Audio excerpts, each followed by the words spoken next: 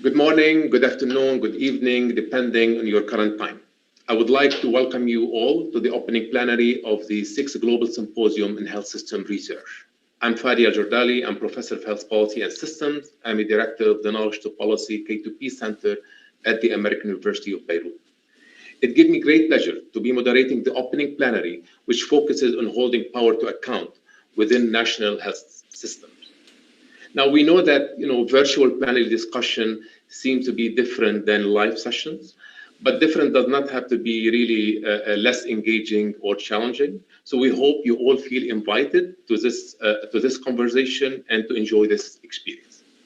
To talk a little bit more about the concept of power, and we know that power manifests itself, in health system in many forms and shapes, spanning from the dynamics between patients and healthcare providers to discussion and negotiation between national and global actors when it comes to priorities and resource distribution. We also know that power within our health system shape who receives cares, how health services are delivered, who pays for them, and how what type of priorities go into the policy agenda, and also including interference in terms of people lifestyle preferences. In fact, addressing the causes of inequity in health requires us all to engage in understanding how power and politics influence our health. Despite what we know about power and politics, still there is a continuing absence of mainstream debate within the health system community about how power and politics influence people's health. In fact, we need to think about power and politics in health as an important area for health policy and systems research, similar to how we think about diseases and their underlying causes. But at the same time, we don't want you to think that power is always a bad thing. In fact, powerful actors can help mobilize and move along reform agendas. But for power to be effectively deployed, it needs to be held accountable. Now, when it comes to accountability, we know very well that there are numerous challenges to achieving accountability in health systems. At the same time, we know that the lack of accountability creates opportunities for corruption. And if this is left unaddressed, we will not be able to advance population health. That's why we cannot reimagine health systems for better health and social justice, which is the theme for our HSR 2020, nor achieve universal healthcare coverage without addressing power and accountability. I would like to start this opening plenary by more of a 30 minutes discussion among four panelists. We would like to explore how power related to health, how political forces shape public health, but also more importantly, explore with them different ways of efforts to hold powerful actors into account. So this 30 minutes will have four distinguished panelists, and I have to say, my colleague Sarah Bennett and I and the program working group, when we've started to think about who would be really good speakers for this session, we decided to invite people who really bring diverse perspective into this topic, but also bring real world experience by working, engaging with people who are really in power in their country or globally.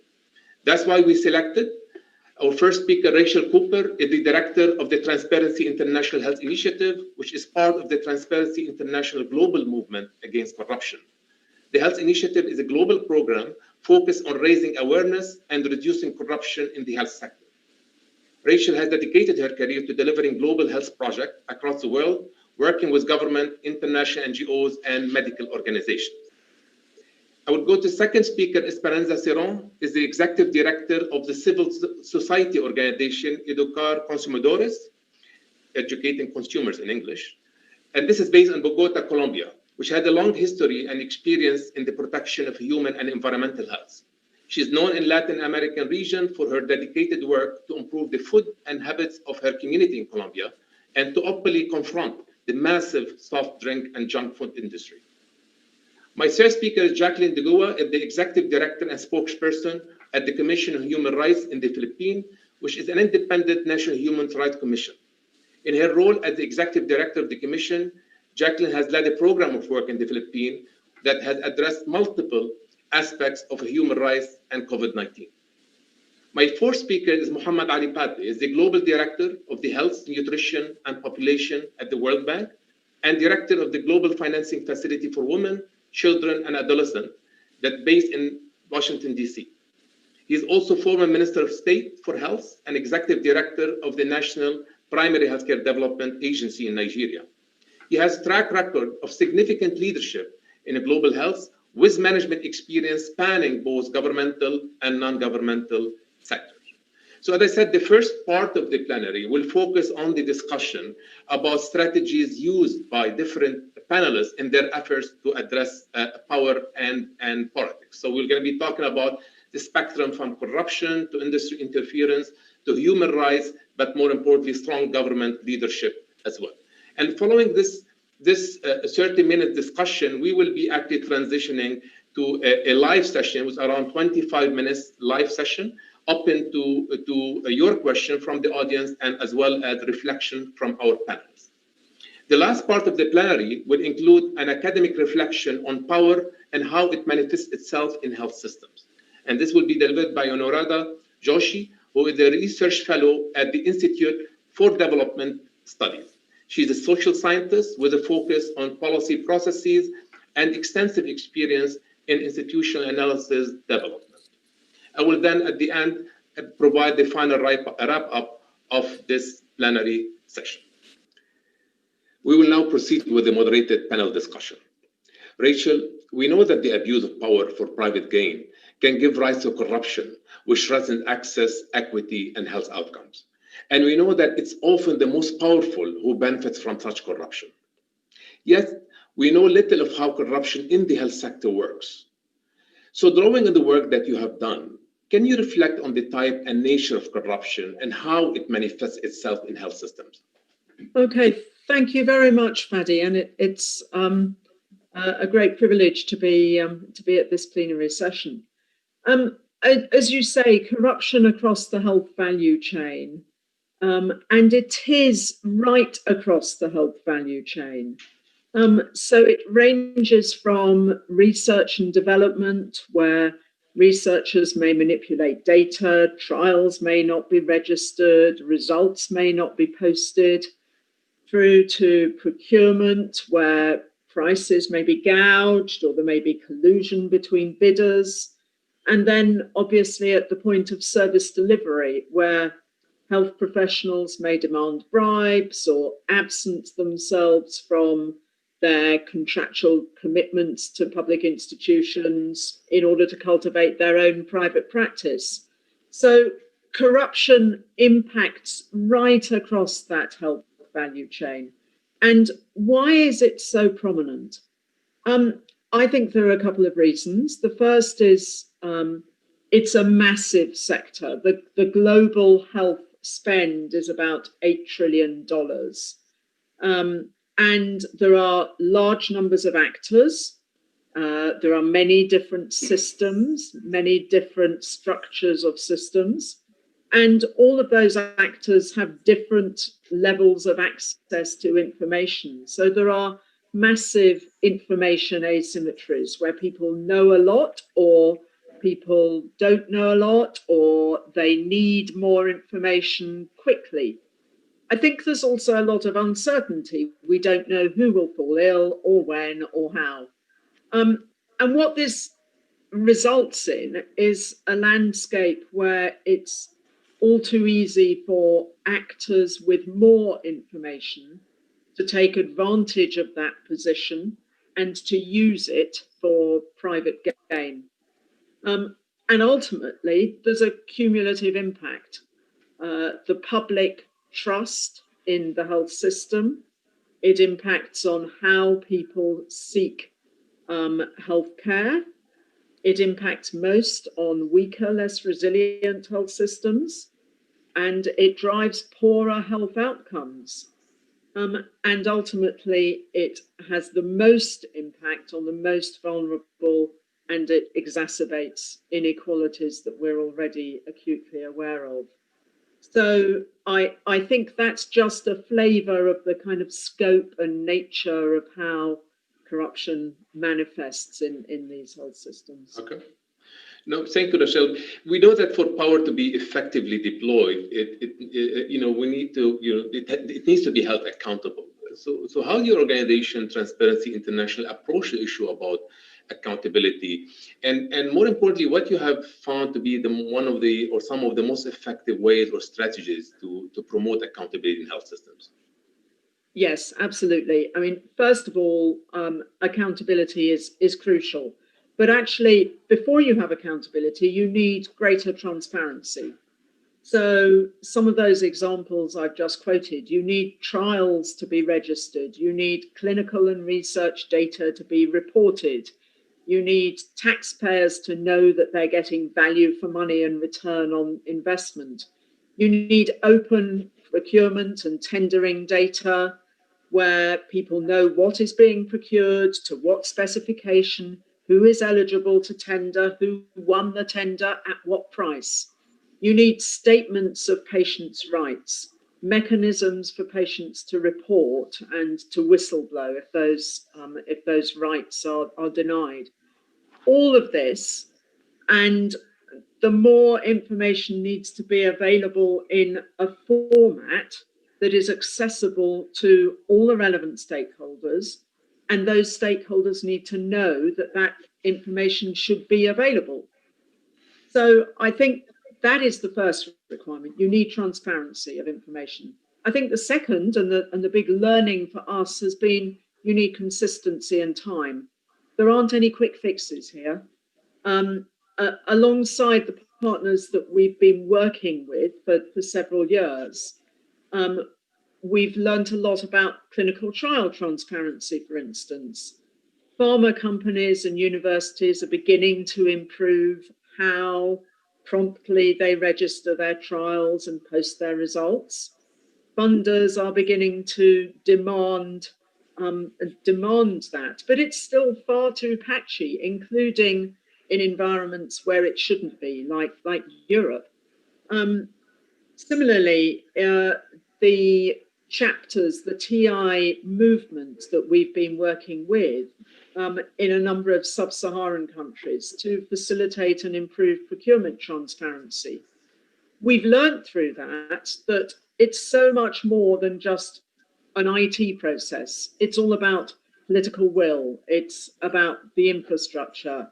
It's about citizen monitoring. It's about training, about capacity building. It's about overcoming barriers that the private sector might have about perceptions of commercially sensitive data. So I think consistency and time are another issue in addressing this accountability. Building partnerships across stakeholders and appreciating what everyone brings to the table is another element. There are the multiple sectors: government, civil society. I've mentioned citizen monitoring and engagement. The private sector, it's big and small private sector. Mm-hmm. It's about mutual trust. It's about emphasizing the underlying social contract, feedback loops, understanding how what is spent delivers different outcomes, and that should influence subsequent spending. But it's also, and I think this is an interesting aspect, about riding the unexpected. We've actually seen during COVID the tension between power and politics, and it's had quite a positive influence in one way. Previously, no one would really have engaged and understood the importance of public procurement. Public procurement is the major risk in health corruption. And now issues, stories about where it's gone wrong have really been highlighted over the last 6 months. That's raised awareness and understanding and the potential for change. And, a perception of how emergency mechanisms may be appropriate, but how they also need to be accountable and reviewed. So I really think that at the heart of accountability, it's increased sensitivity to corruption, how it can manifest, and ultimately how we can disrupt some of the kind of established institutional practices and social norms.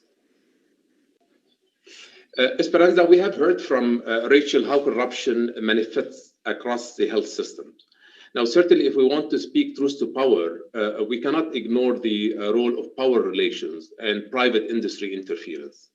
But at the same time, as health policy and systems researchers, we are challenged with the lack of clarity of how these powerful actors are influencing what's going on. Certainly, you have a long experience, Esperanza, in trying to address practices that the food industry has used to influence our consumption patterns. So, what are the key pathways through which corporations exert influence on consumption patterns and public health policies in general, including the drivers of NCDs?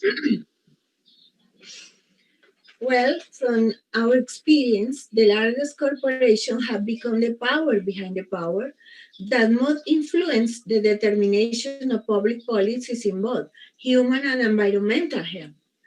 We are talking about the agrotoxic, pharmaceutical, food, tobacco, oil, technological industries, mining, among others. First, they influence our consumption decisions through sophisticated neuromarketing strategies to convince us that we desperately need the products without which health, well-being, happiness, or a model of success are not possible. The food industry segments its markets as much as possible by interest groups. For example, it tells mothers that using such a product will make their children smarter. Tacitly, they devalue breast milk. Sweden Beverage, for instance, corporation, for instance, offer themselves as a happiness machine. This is how they manage the biopolitical consumerism. Regarding the health system, it can be said that the golden law is fulfilled. Whoever puts the goal puts the law.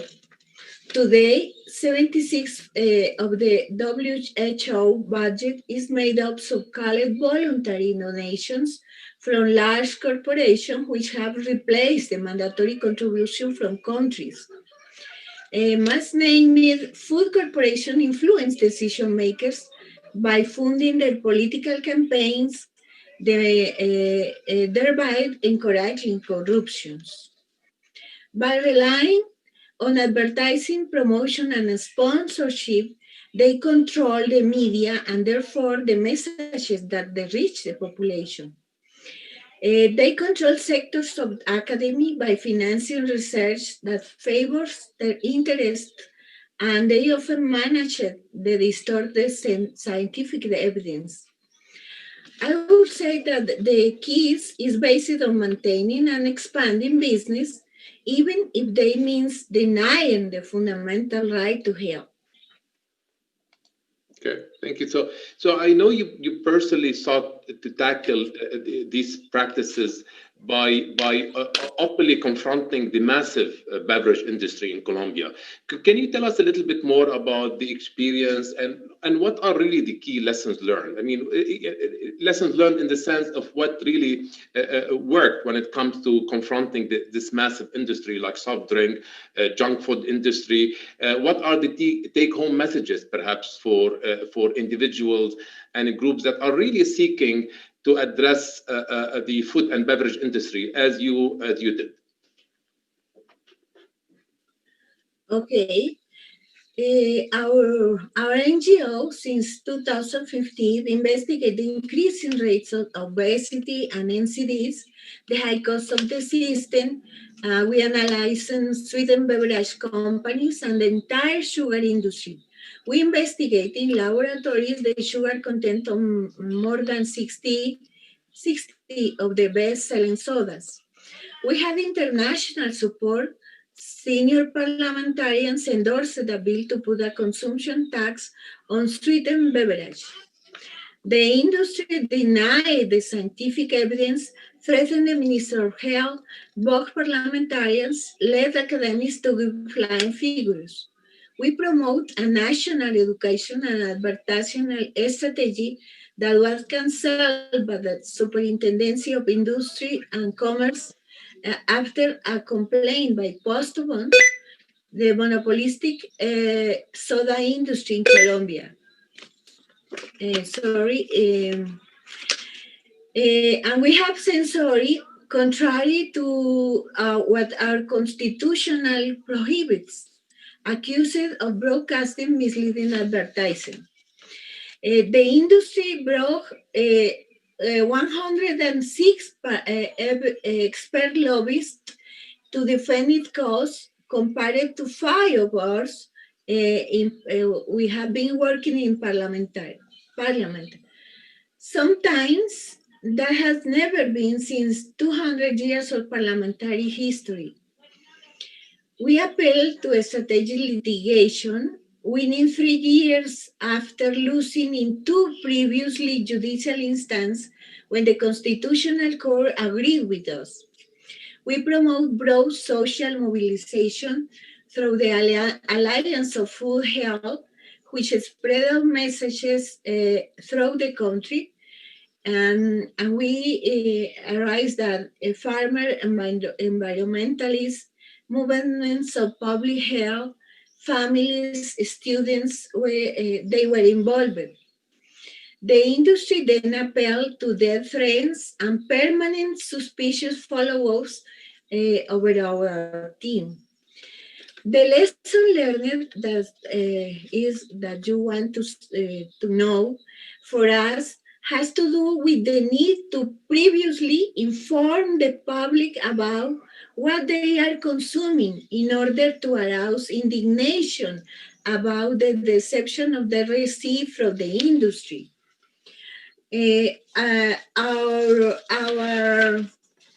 Our actions must be based on evidence, anticipating the response of each actor involved, sensitizing decision makers in advance and permanently, and use social networks in a massive and creative way. That is very important.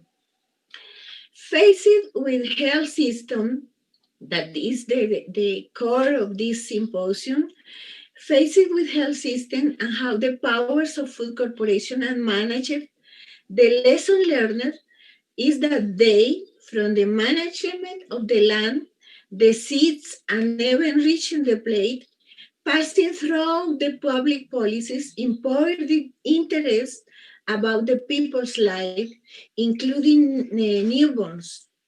Those of us who work in public health have the obligation to attend to this aspect related to the social determinants of health. I think that is some of the most important lessons that we learn about. Okay, great. Thank you. Thank you so much. Let me go to Jacqueline. We've heard, about power asymmetry, distortion formation, and accountability failures. And this, to what extent this is really quite, a challenge, effort to confront, like multinational corporation. But unfortunately, these are also some of the factors or prominent features in the response to COVID-19 pandemic. So, the executive director of the Commission on Human Rights in Philippines, you have led a program of work that addressed multiple aspects of human rights and COVID-19. Can you tell us a little bit more about the key, health and human rights consideration with regard to COVID-19? So, I want you to actually reflect on that. But more importantly, I would like you also to reflect more on how your organization, how your commission has been seeking to protect human rights and promote public health during the pandemic of COVID-19. Thank you, Fadi. Well, the COVID-19 pandemic has been an unprecedented global emergency, and all of us will agree that not only is it a health crisis, but it has also become a human rights crisis. And we've seen over the past few months how global leaders have faced enormous responsibilities as well as daunting tasks in terms of instituting measures on how to curb the spread of COVID-19.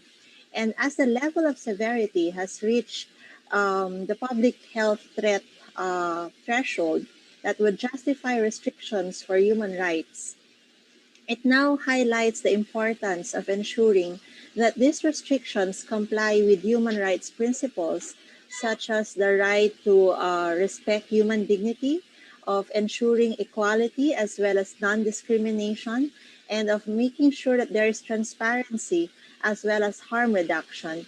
And not only does it conform to human rights principles, but also to human rights laws, which emphasize legality, necessity, as well as proportionality.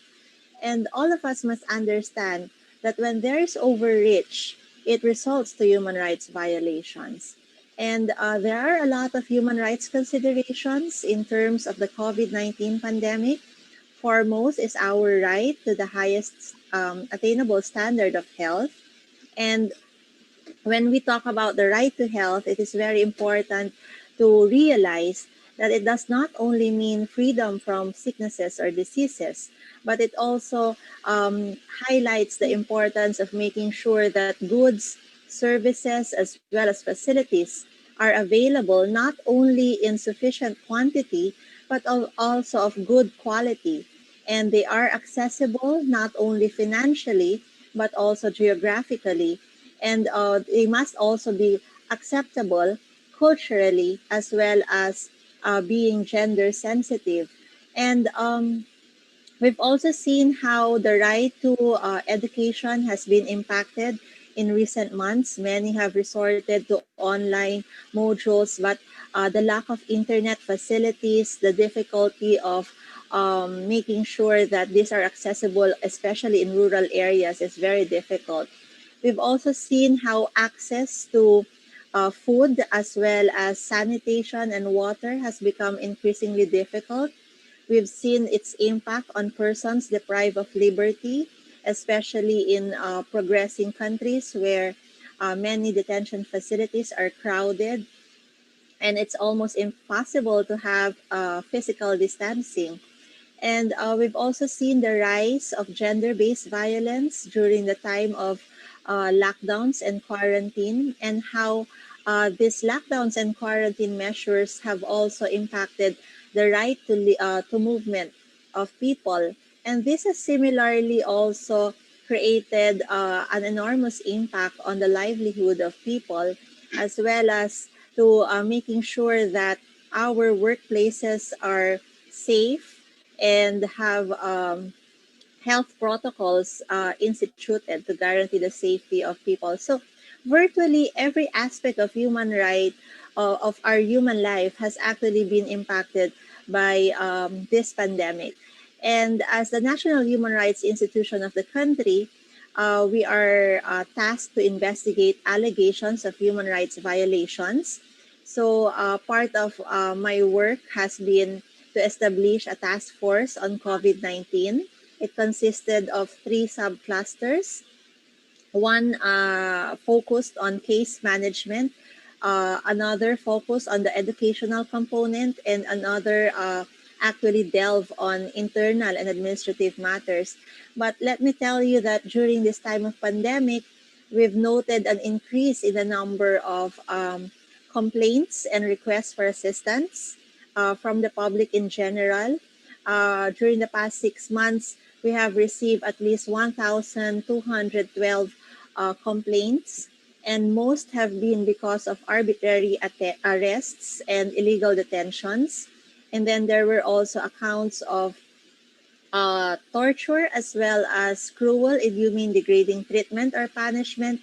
And the third major request was about access to relief assistance from the government, where it really placed the disadvantaged or the vulnerable at a very difficult situation. And the other component of the task force was focused on deepening awareness about human rights.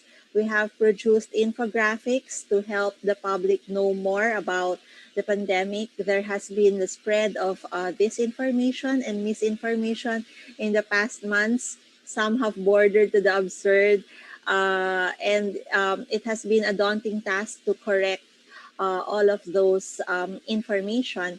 But more importantly, as part of our role as monitor of the government, we have not been afraid to speak truth to power when necessary. So during instances when we've noted that there are allegations of human rights violations, we have called them out through the issuance of press statements. We have issued 66 over the past few months.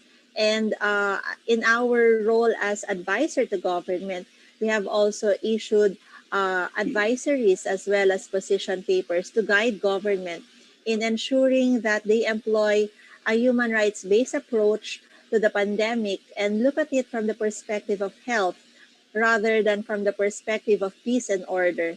And we have encouraged government to make sure that they employ a humanitarian approach and focus on health services because our medical facilities, our medical personnel is in dire need of critical support from government. Thank you. Thank you, Jackie. So let me go to Muhammad. Muhammad, we have heard three different examples of how organization outside the Ministry of Health has sought to hold the health system actors into account. Now, but you have been really on the inside of the Ministry of Health, at the Minister of Health, seeking to bring about reform in primary healthcare. So, in your experience, what are the effective strategies for, I would say, senior reform-minded policymakers who would like to bring change, but this change will challenge the vested interests that is really inherent in the existing health sectors. So, what would be those strategies that could work in this context? Thank you. So, I think first and foremost is accountability for what, and linking that to the performance of the health system and what it's supposed to do. In our case in Nigeria, we have a fiscally decentralized system of government without really formal accountability mechanism between different levels of the federal government. And in that context, how do you start to change that system? We found it expedient to really focus on the population health outcomes and how we underperformed, and use it as a rallying cry for adjusting various elements of the system, how it's financed, how resources are allocated, who does what, not only within the sector, but outside the sector, to mobilize attention towards improving population health outcomes as sort of a goal. And to do that with information that backs us up, because without focusing on the results, it's very difficult to even know where are you and where are you going to. For instance, if you have information that is only disaggregated at the zonal level, and yet there is no administrative structure at the zonal level, then who do you hold to account? So just getting data disaggregated at the subnational level allowed us to sort of map which are the high-performing states, which are the less sort of low-performing states, and be able to deploy measures to support them, to incentivize them.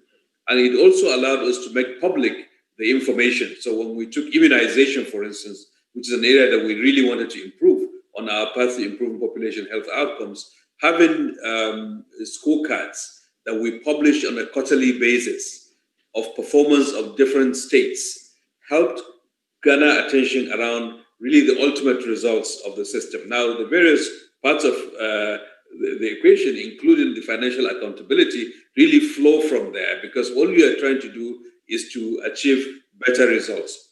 And the final element is really adopting a whole of government approach, because in our instance, for instance, we were in the economic management team, which is chaired by the Ministry of Finance.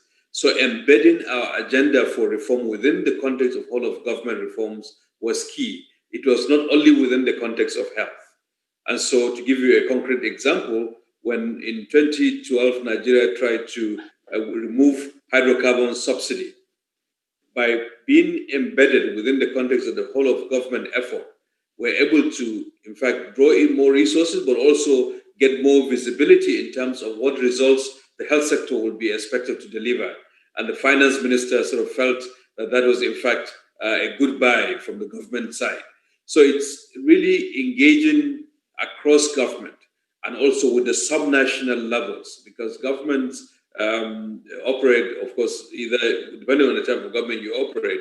The subnational level is also sometimes where you have the most opportunity to make impact, and you may need to actually reform in order to accelerate the pace of impact.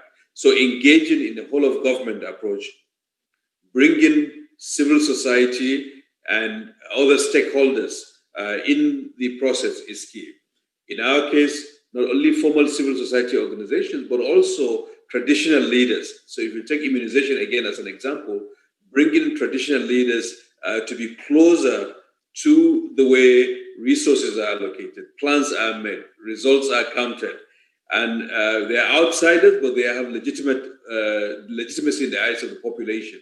I think uplifted the standard that everyone was held up to and helped Nigeria to achieve certain improvement in its population health outcomes. Thank you, Mohammed. This is quite interesting discussions, very insightful. I'm sure we're really excited to open the discussion now with the audience and take questions for discussion. But before I do that, in fact, I would like to get some participation from our audience. So we'll have 2 live poll questions for you now.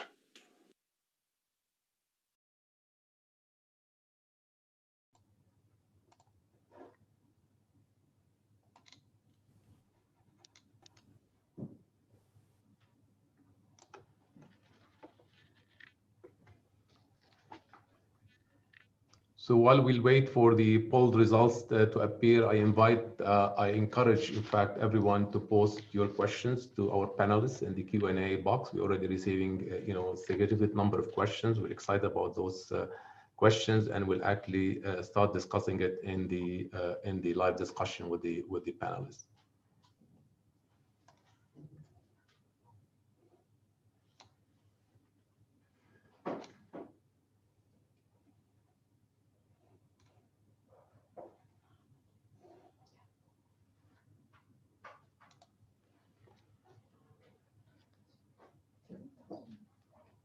I remind everyone about the poll question 2. Please go to slido.com and enter the code HSR 2020.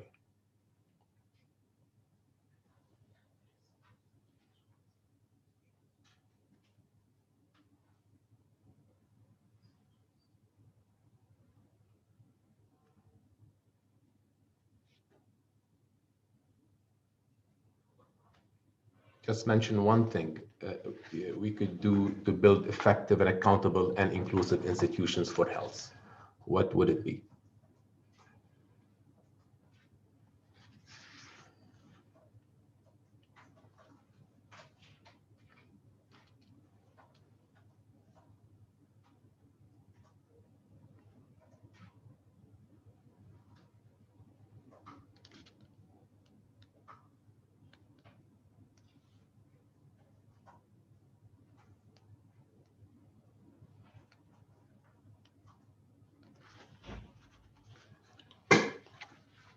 Interesting responses so far.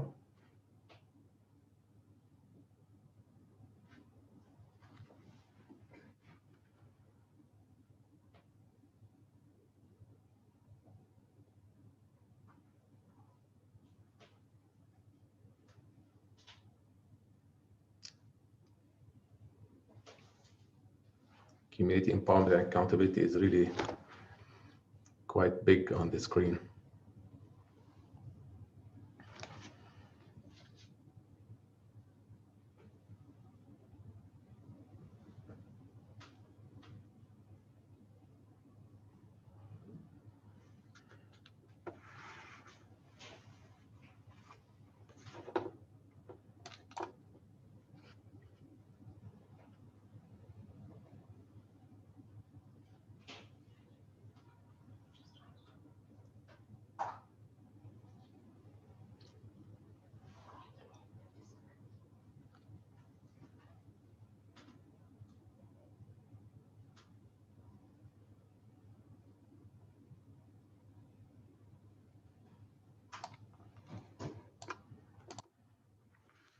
So far, we're receiving a lot of questions around corruption and corporate interferences. So perhaps I will start. Some of the questions, or at least a question to Rachel, before I move to the other panelists.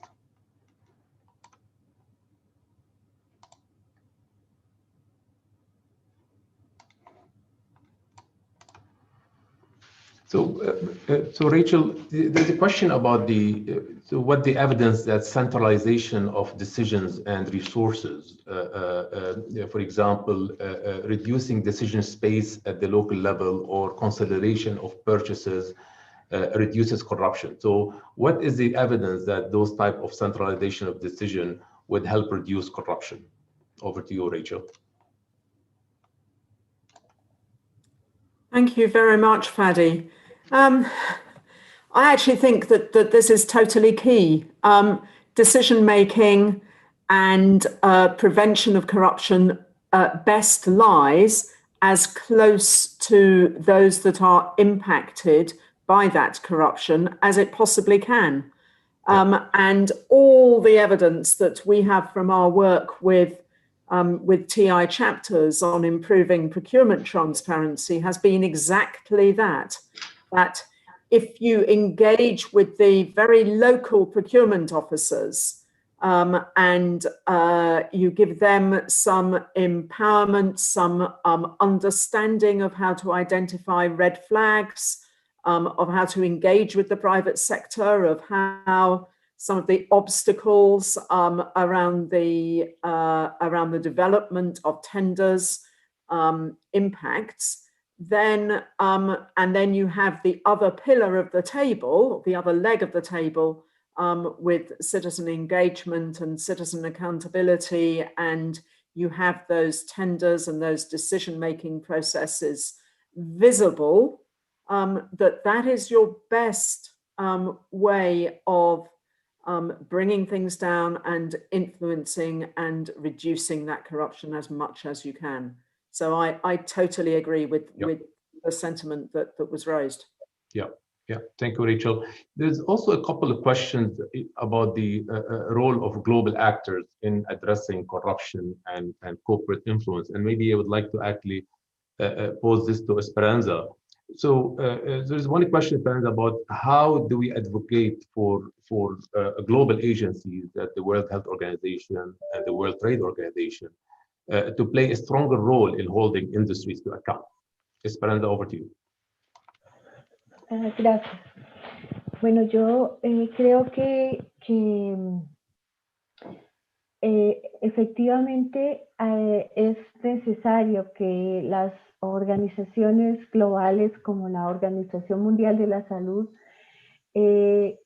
tengan o recuperen la voz directa de los gobiernos, pero que también puedan interpretar la voz de las comunidades, de las necesidades reales, sin interferencia de la industria, de modo que la salud recupere en su centro una respuesta desde la perspectiva de los derechos humanos y del derecho fundamental a la salud. En algunos de nuestros países en América Latina, el derecho fundamental a la salud está incluido dentro de la constitución política de nuestros países, sin embargo, esto no se cumple. Y en las actuales condiciones donde no solo la pandemia, sino todo el impacto que cada vez es mayor del cambio climático sobre la salud, necesitamos instituciones fuertes que verdaderamente representen ese sentido del derecho a la salud, pero también que reflejen una respuesta verdadera a las necesidades de salud pública cada vez más urgentes de la población. Thank you. Thank you, Esperanza. We have in fact, a question, more of that, questioning the role of the communities, and democratic processes in terms of holding power to account. So I would like Muhammad perhaps to reflect on that. And the question really about that COVID-19 response has been quite top-down and has underscored the importance of citizen participation and accountability. So the question, what kind of democratic mechanism can help to build community and civil society engagement? Muhammad, over to you. Thank you, Fadi. Before I answer that question, just let me clarify also a point that was made earlier regarding the WHO budget. I think it's important to know that while a majority of the WHO budget may be earmarked, it's not earmarked by large corporations. I think there was an implication that was made earlier that I think we should correct. And at this point, WHO needs to be strengthened and not to imply that, in fact, it's not responding to legitimate, let's say, the mandate that it has at this important time. So in terms of your question, I think that's a very important one. And I think engaging communities, there was a lot of feedback in the polling around community empowerment. I think embedding all our response with strong community engagement approaches, listening to citizens, using mechanisms in the front lines, but also within government at all levels and in the global community, I think will be very key. And Rachel made the point that, in fact, holding power to account requires visibility, it requires measurement, but it also requires making that visible, what is measured, in order to hold actors to account and to reduce the asymmetries that exist and might sort of lead to the issue that we were discussing here about corruption and other things. So that transcends global, national, but also at a local level. Broadening the participation, bringing actors, measuring and making it visible, I think is key to holding institutions and powerful actors to account. Thank you, Mohammed. So there's a lot of questions about the media and the role of media, and the questions range between when does it make sense to look for accountability via the media, and what does it make sense to speak directly to the actors concerned, in this case, government. Also there is a related point that indicates there is often corporate funding behind the media. So they may not be really quite accountable. Jackie, would you like to actually reflect on that from your experience when it comes to the role of the media and holding the governments accountable? Jackie, over to you. Well, the role of the media in societies cannot be overemphasized. They are the vehicles of information, and if they can be partnered effectively, we are able to counter disinformation and misinformation. It is very important to look at them as partners and be able to have collaborative relationships with them. And they play a very important role in us holding governments to account. They actually can provide exposés. They can actually carry out investigative journalism, and they can actually bear researches done by many sectors of the society. So it's very important that we empower the media.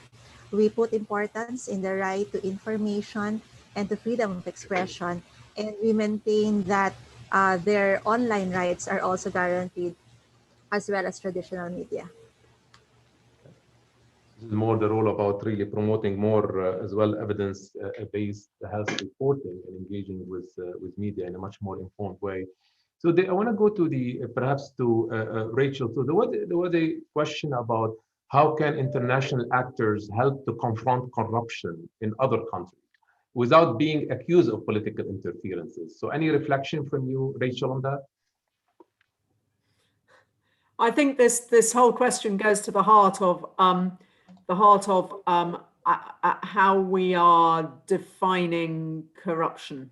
For TI, it's the abuse of entrusted power for private gain. And when we are talking about it, there's an awful lot of reticence about actually being frank, that we're talking about corruption. And there is a lot of concern that you should not name it as that it should be defined as or presented as good governance or best practice or other phrases. And what always surprises me in this discussion is that those that make those are on both sides. So there is massive sensitivity from, if you like, from those who are purporting to accuse other governments of being corrupt, and equally there is sensitivity from those that are trying to name that, oh, we can't talk about it as corruption. Now, I think we need to be frank about this. I mean, corruption is endemic in many situations, in many scenarios. And I'm sitting in London, and the NHS has a corruption unit, a whole organization designed to deal with corruption in the NHS. It manifests in many different ways across many different systems. It may be more sophisticated, it may be different, but I think we just need to be honest about some of the language that we are talking about, and not get wrapped up in that language, and be honest about what it is we are talking about. Sure. Thank you. Thank you, Rachel.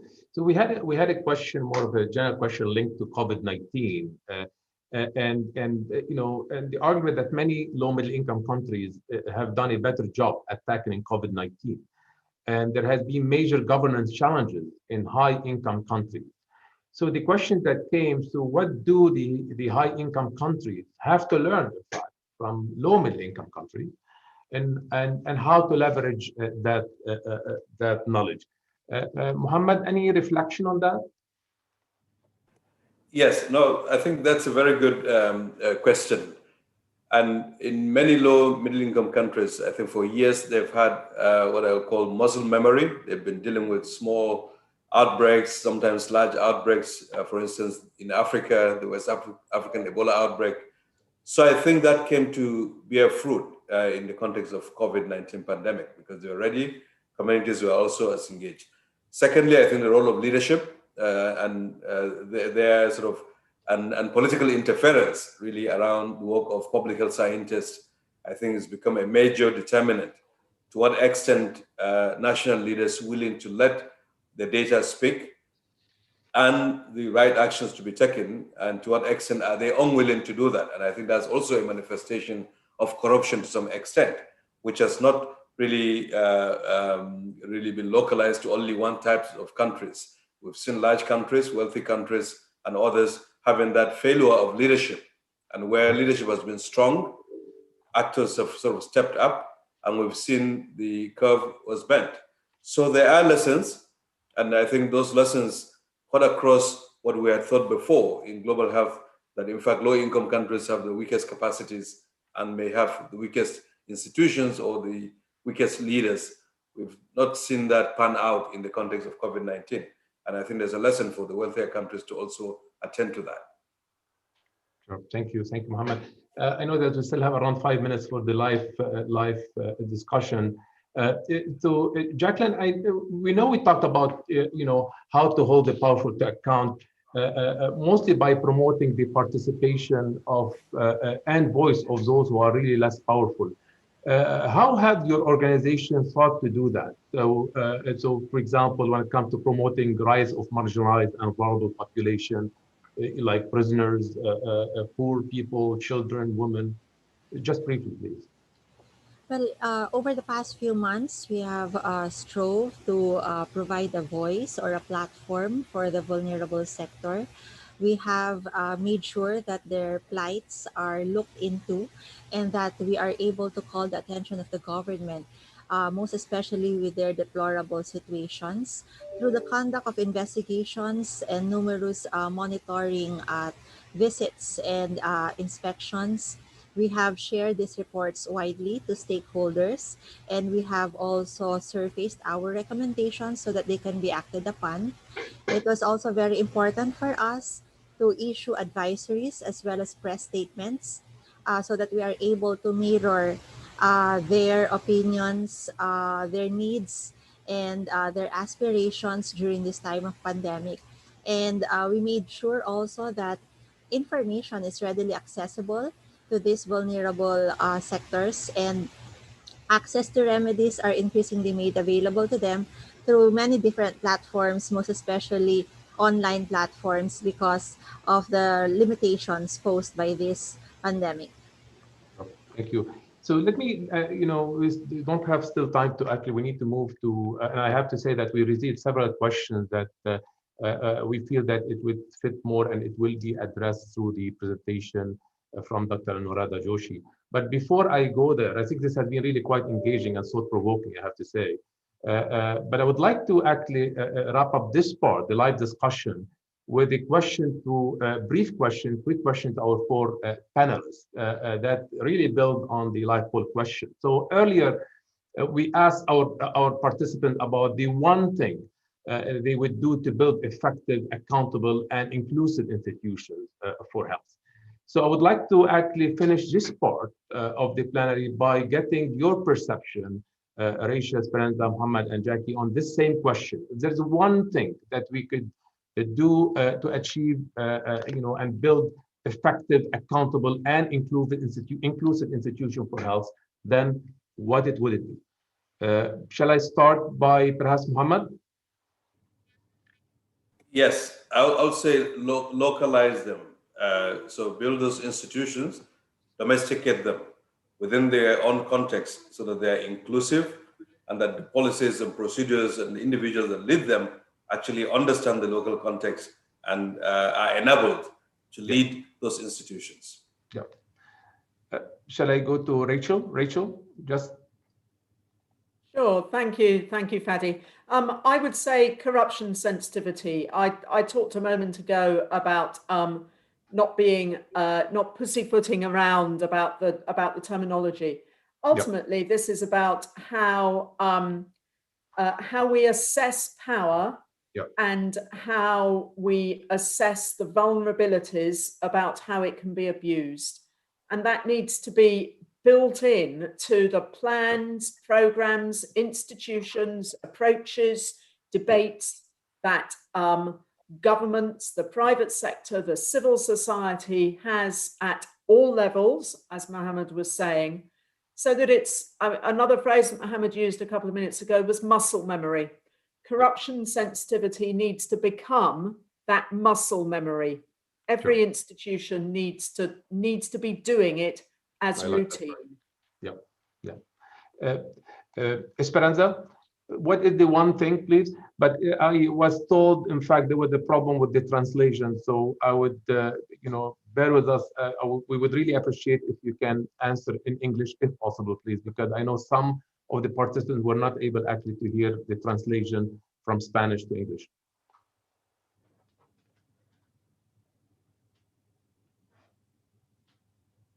Esperanza? Sorry, yes. I try in English. If we achieve one single thing about we arise this very nice and desirable health system, I think it must be a system that will be based in a fundamental human right, free of conflicts of interest, and that there will be response to a different to the fundamental based in health, but not in the illness, in the sick, and will be more important that the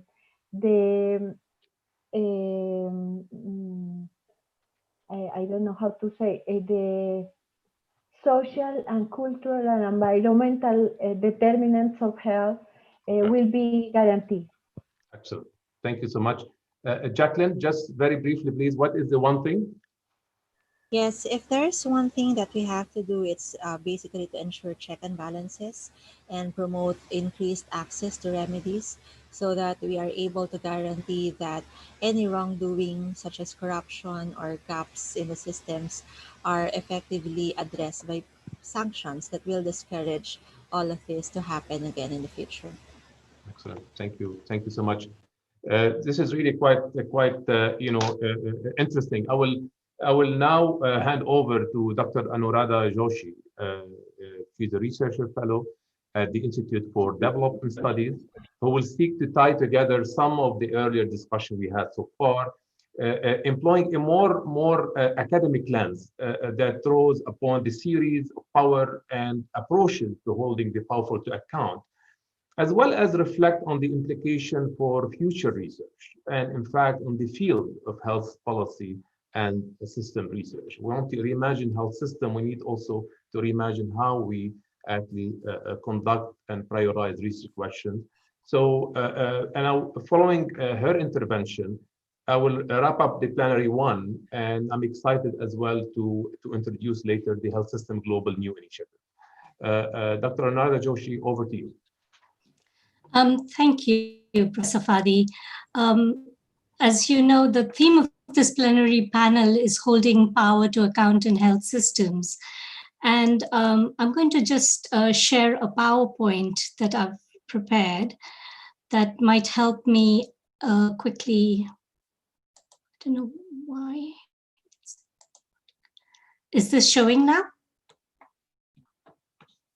Hello? Share.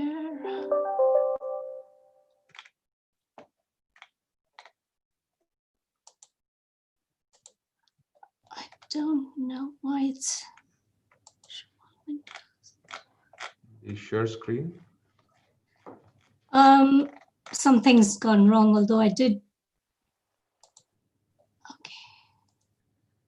Okay, I think I can share screen. Sure. Thanks. Fantastic. And now I need to go into full screen. Sorry, thank you. So the theme of this plenary panel is holding power to account. And what I thought I'd do is share a few reflections on our panel discussion that we just had, but also trying to think a little bit about what taking power and accountability seriously in research on health systems would mean, what kinds of frameworks, questions, and influencing strategies we need to have.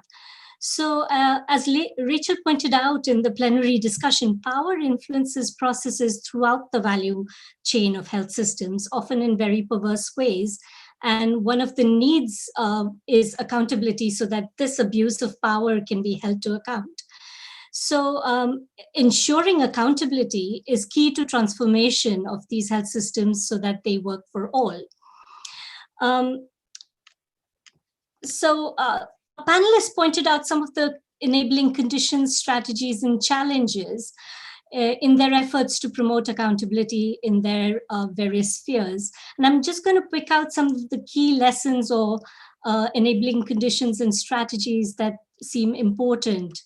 So information transparency, as Rachel pointed out, is key for curbing corruption because it enables pro-accountability stakeholders to take action. Esperanza highlighted the power that private companies have in influencing policies by lobbying politicians, advertising campaigns, and framing consumption in terms of happiness and modern identities. The lessons she draws from this is that we need to sensitize policymakers, generate public awareness and raise in terms of raising rights, as well as mass mobilization of people.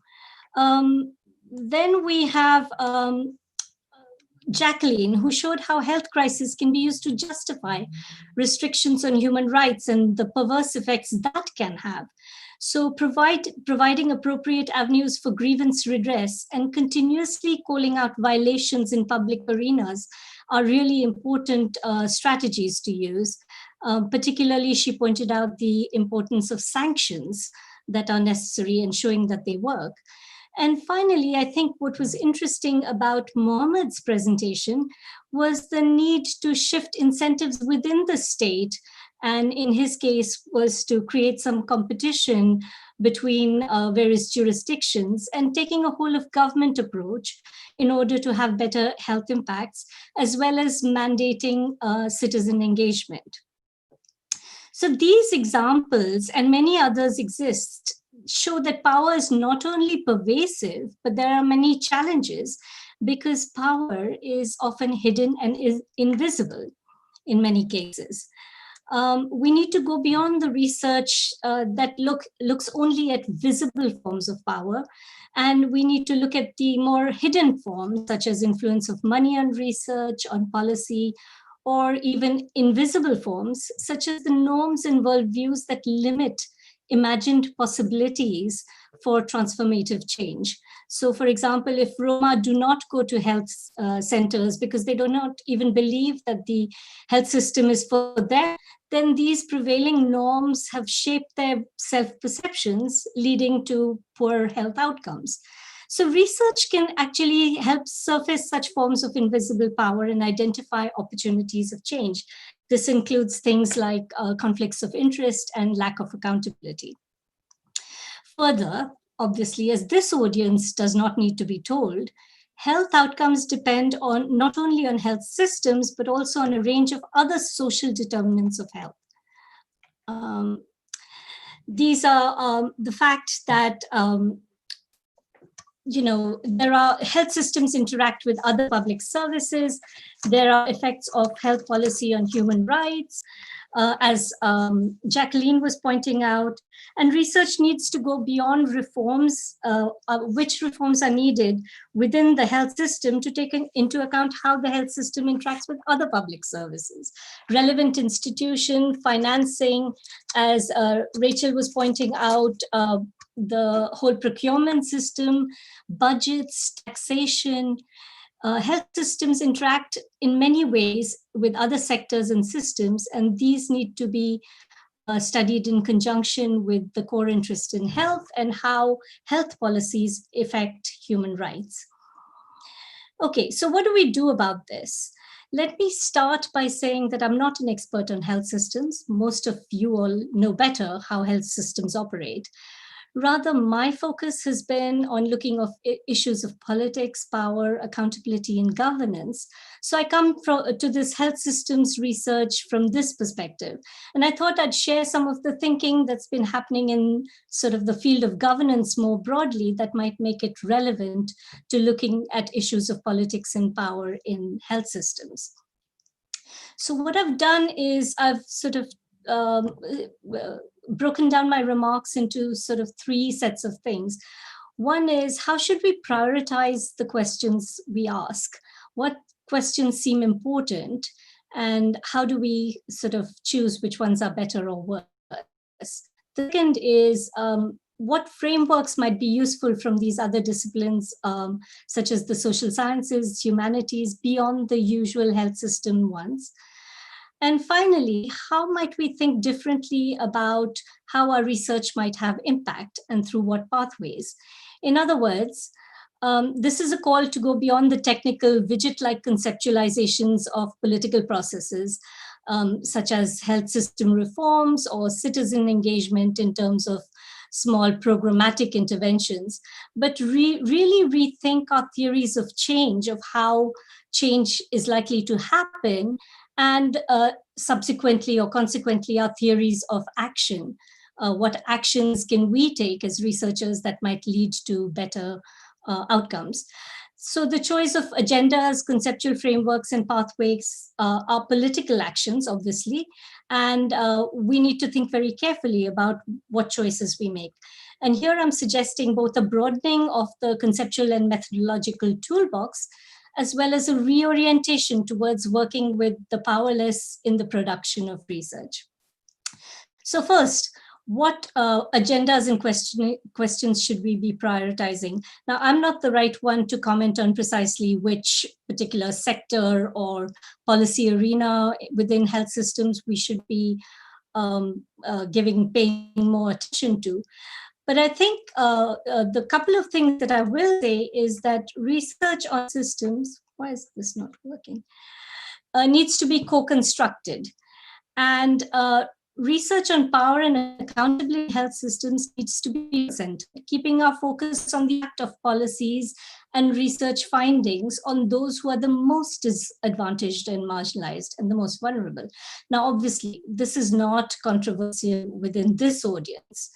But more precisely, I propose that this research should provide support to progressive allies at all levels within the health system in order to inform their strategies for transformative change.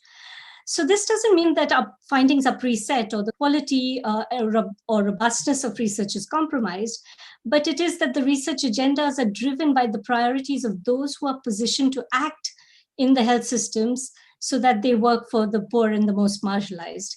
And in this, I think we need to prioritize the questions of reform-minded actors who are in a position to use the research.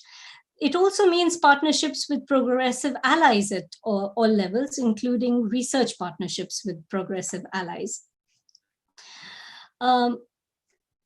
This means that power asymmetries in global processes involving development partners, private foundations, international agencies, and multinational corporations who can skew the research agendas to service the interests of global stakeholders such as these need to be very carefully thought through so that the research questions actually are honed in so to provide some insights that will help those that are powerless. At the national level, obviously, there are different research priorities by different stakeholders, practitioners, governments, private industry, and health professionals, citizens groups. And you also have different disciplines and communities, law, rights, civic, tech, and media.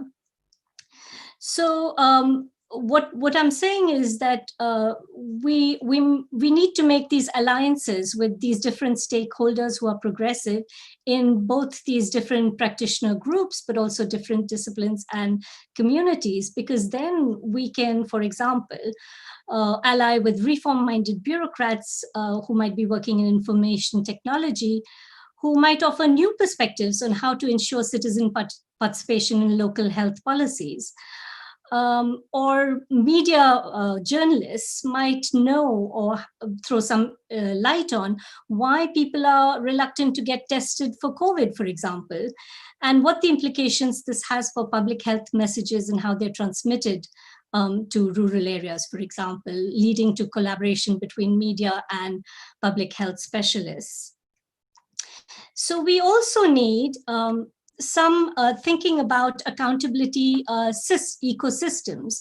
We need research that looks at how anti-accountability forces, including forces of corruption, work to prevent systemic change in the health system by looking at the accountability ecosystem as a whole, not only in the health area or not only at the national level, but at the subnational and global levels.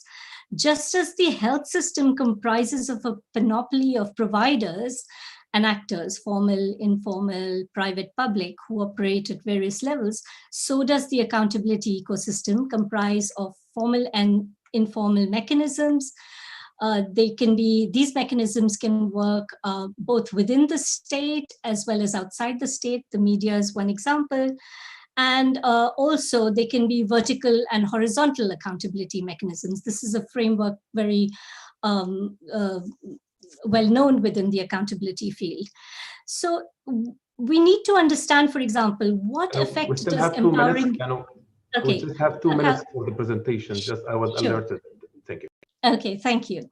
So we need to understand what effect does empowering local committees have on accountability systems at higher levels. What conceptual frameworks could we use? And I'll go through these quickly. Many are familiar with political economy and power analysis frameworks.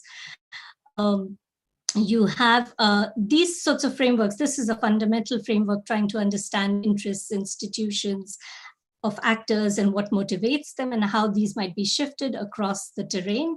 You have the Power Cube framework. There are others as well that looks at power within the whole system at global, national, local levels, as well as at in various spaces. You could have frameworks based on rights and social justice approaches, which I think Jacqueline already talked about. And more importantly, you have frameworks in accountability spaces, basically strategic accountability, which tries to leverage and create pro-accountability action by different actors. These approaches are multi-level, multi-pronged, and enabling pro-accountability coalitions, both within and across private and public sectors in different arenas. So these sort of theories and frameworks can be leveraged. We also need to, obviously, as a consequence, to diversify the methods we use. And there are a range of methods that are coming from other disciplines, including fine-grained policy process analysis, process tracing, comparative case studies, social network analysis, which I think is quite important in understanding power networks, and also comparative qualitative analysis. These can offer some really timely insights, and they're already well used in other sectors and spheres.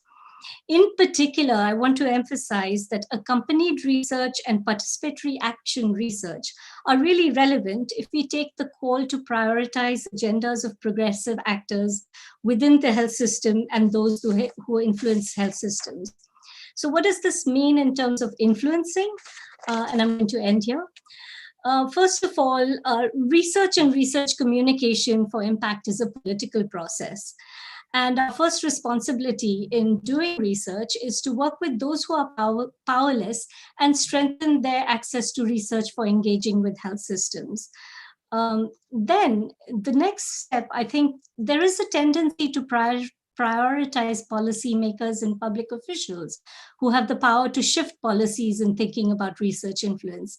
And yet here, what I'm arguing is that we should partner with reform-minded actors and institutions throughout the system across levels and sectors for policy influence.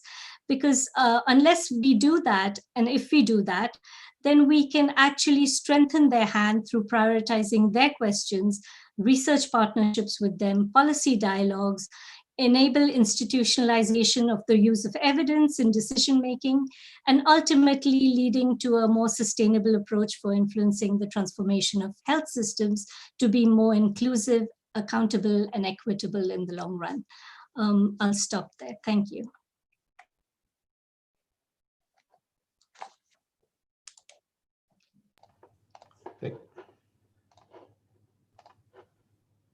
Thank you so much. Sure. Thank you for this insightful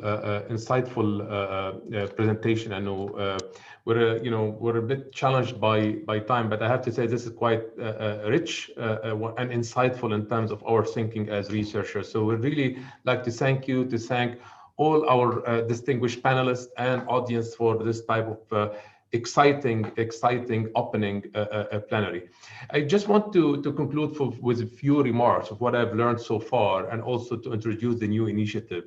Now, certainly we have explored in this plenary how power is present in a diverse way within health systems. At the same time, we know that we can no longer ignore, I would say, the role of the private industries, corporations, and the way they exert power and influence on health. Yes, we recognize the need to address social determinants of health, but we rarely engage with those that actually drive those determinants. So corporations have become the power that influence and shape public policies, and I think we must confront those powerful interferences if we really want to achieve the goal of better health, greater equity, and social justice. Certainly, we heard from our distinguished panels today about diverse perspectives of how the abuse of power and corruption, in fact, thrives in situations where transparency, accountability, participation are weak, where the public sector capacity is and incentives are low, and when decision makings are being more compromised by conflicts of interest. So by moving to the most important question of what is really needed in terms of making health systems more accountable, certainly in this plenary we explored different ways and efforts to hold powerful actors to account and to promote transparency. Certainly there's no one-size-fits-all approach to that, but there are some commonalities and lessons learned, including promoting community mobilization, citizen engagement, enhancing transparency, establishing collaboration across sectors, strengthening institutional capacity of governments, and promoting the right-based approach to health. So certainly COVID-19, I would say, it served as a powerful reminder of how far we are from achieving the goal of leaving no one behind. At the same time, it presents an opportunity for us to advance the health system agenda by confronting the underlying causes of health inequities and social justice. We cannot hold power to account in the health sector alone. We have and we can learn from other sectors, including building coalitions and partnerships across sectors and researchers. We know as well COVID-19 has made clear how health becomes so political. And as reiterated in my opening statement, we cannot reimagine health systems for better health and social justice, nor achieve universal healthcare coverage without addressing power and accountability. So it is time to speak truth to power and politics. If we need to rethink the role of power and politics in health systems, the health policy and systems research needs a shakeup. We have to revitalize, rethink our disciplines. This rethinking has to recognize the need to leverage frameworks and principles, as Anu mentioned, from other disciplines, and draw upon series of power and approaches to holding the powerful to account and to enhance the impact of health policy and systems research. So thank you again for all this exciting, inciting, and insightful remarks. While I conclude our first plenary, I promised yesterday that I would actually like to introduce a new and innovative initiative from the Health System Global. We are pleased today to announce the launch of the Health Systems Global's new initiative, Reimagine Health Systems. Reimagine Health System is the future scenario building initiative through which the Health System Global is seeking to identify the changes that will impact health systems now and in the future, and identify what is needed to navigate and address these challenges. The main aim of this innovative initiative is to shape future health system scenarios and to inform and support essential transformations in health systems across the world. We want this initiative to provide valuable insight to help people shaping health systems to understand and respond to current and emerging health system challenges and opportunities. This initiative will run in parallel with the 3 phases of the HSR 2020 and will conclude during the phase 3 in March 2021 with the culminating policy event. Reimagine Health System as a new initiative was also drawing upon the 3 sub-themes of HSR 2020 to frame its exploration of the changes, impacts, and solutions facing health systems. So today, we mark the opening of Reimagine Health Systems, first stage, in which we are asking for the perspective and ideas of HSR 2020 participants and SHG members and the wider global community on what are the critical changes and impacts confronting health system where you live and work. We ask you please to take some time to contribute to the 3 crowdsourcing surveys, each corresponding with one of the HSR 2020 sub-themes. The link to each survey will be shared through the HSR 2020 virtual symposium platform, the website, social media, and the email and newsletter. So straight now, after this plenary ends, we will be sharing the link for the first crowdsourcer, which, like this plenary, focuses on power and politics affecting health systems. So I hope that you will actually, what you have heard today during this plenary will help you think further about the issues we have explored and also inform your answers in the crowdsourcing survey. The second and the third crowdsourcer survey will be released after the second plenary tomorrow, and then the final plenary on the last day of phase 1. All the 3 crowdsourcing surveys will close on Monday, November 30th. So please look out for each survey and please contribute. We cannot reimagine health system. We cannot transform health systems alone. Your insights are vital to the reimagining process. We hope you will want to be part of this important initiative.